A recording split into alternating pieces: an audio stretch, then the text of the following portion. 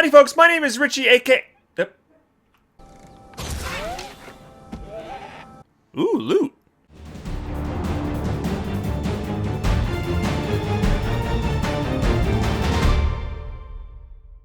Howdy folks, and welcome back to another episode of Tyria Talk. My name is Richie Procopio, aka Otter, and this show is all about Guild Wars 2. Today is episode number 72, and today we're going to be talking about something extremely exciting, probably one of the most exciting things about Guild Wars 2 that I've heard in a long time, and yes, that includes the Heart of Thorns expansion. We are getting first-person camera view, plus other camera features, and I just can't even believe it. We're going to be getting this on March 10th. They're going to be patching this into the game, so we don't even have to wait for the expansion.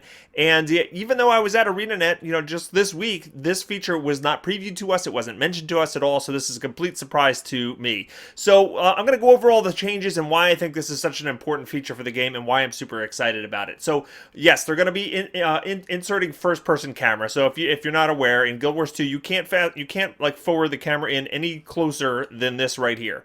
So my big Norn head, if I zoom all the way in, is in the way. So if I want to say, oh, look at this Moa over here. Let's see how cool it looks. Okay, I can't really see how cool that Moa looks. I can kind of angle my character over here and then try to put the Moa in the front there. But you can see if I'm trying to do any kind of machinima or video work, you can see my character standing back there. And it really limits like what you can do. So being able to zoom all the way in would be great. The other trick people do is they do a /sleep emote.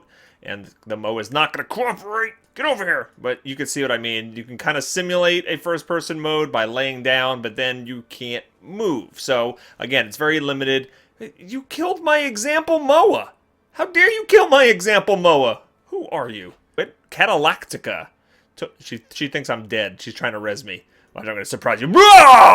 Where was I? Oh yeah, back to first-person camera view. So you're going to have the ability to zoom all the way in, and that includes while you're running around, jumping, playing PvP, in combat, and hang gliding. The Ready Up live stream just happened a little while ago, and they have examples of it. So I'm going to include some footage from that to show you examples of everything in there in a little bit. But I want to show you another quick example of things they're going to change. They're going to have collision sensitivity setting that you can turn on and off. And one way to just show you an example of what this will fix is watch what happens if I tilt my camera to the side while I'm running through these trees. You can see here I'm going through the trees, and I just got disoriented and even stopped myself. All right, ready? I'm going to go and watch my camera zoom in and out when I go past these trees. A lot of players have problems with this, right? It can be disorienting to have your camera constantly like snap in and snap out. Well, let me show you what this is going to look like once they put these new features in place.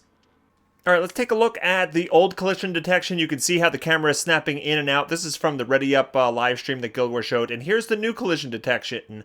And you can see there's no snapping. This should make those really tight jumping puzzles, especially if you're a Norn, a lot easier. Here's an example with trees. The camera snaps in and out.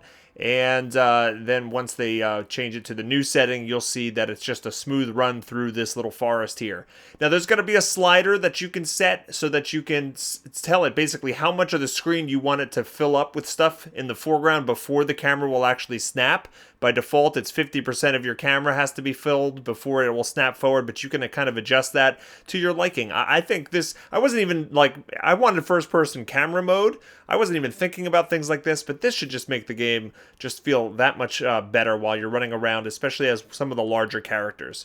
The next change they're giving us is an FOV slider. This is a field of view slider that allows you to see more of the screen at once. So here is the default setting. You can see here, that's what you would normally see. This is the new map. And if you slide it all the way up to 70, I believe is the maximum field of view, you can see how much more of the scenery and the surrounding area that you can see. It's going to make it feel a lot less claustrophobic while you're playing the game.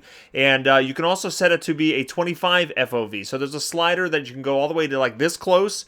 And this is the normal. I believe that was 50. And then you can go all the way out to 70. I just love these changes. You're going to be able to see more than just Jormag's feet if you're up close, like just hitting him. And this is, I don't know. I'm at a loss for words. This is going to seriously change the game for me. It's going to make it that much more enjoyable. All right, now let's take a look at the first-person camera view. Again, this is going to be in one of the new zones in the expansion. You can see you go all the way into first-person mode and can look around with your camera, which you could do today with the sleep mode like I showed you before. But watch what happens when you step off this cliff and you enable gliding, you're going to be able to glide in first-person mode. The implications of this are vast. People are going to be able to make machinima now a lot easier with this. They're going to be able to do a lot more cinematic kind of montage or music type videos with it. It's just, I don't know, this is gorgeous. The ability to run around like this, and it's not going to be recommended that you do combat like this, but here they're showing off that you can actually fire your spells and your abilities and still do it in combat.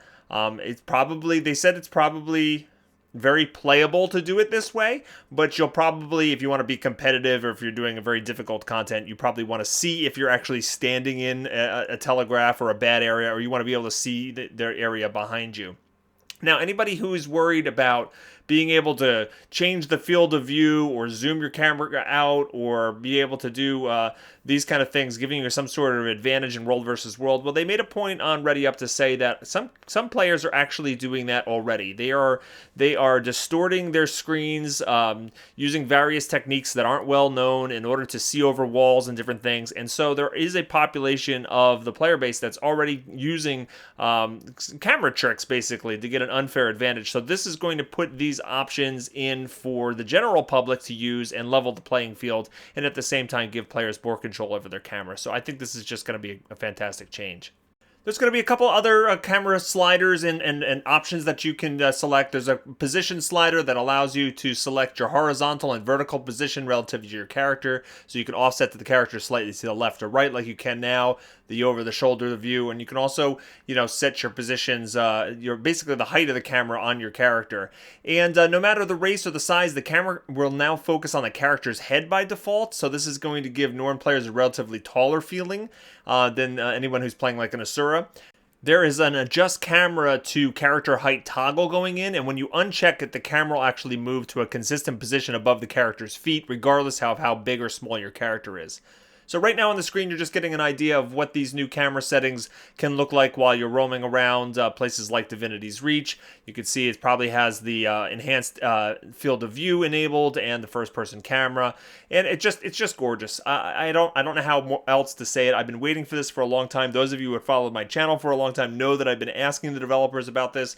Colin Johansson actually hinted to me at PAX South that something like this might be coming in, but he didn't actually confirm anything, so I didn't really mention it. But I'm so excited for this. This is probably the biggest thing for me since the wardrobe was introduced to the game. I always thought the wardrobe was a needed feature. This was a needed feature. So I'm glad it's finally coming, and we only have to wait, I don't know, 2 weeks? Something like that? March 10th, 2015. First-person camera, plus all these other camera options. I hope you guys are as excited as I am. And yeah, that's going to wrap things up. I hope you enjoyed this video. If you did, hit that like, favorite, subscribe. And I hope everybody has a fantastic day. And I'll see you next time. Take care.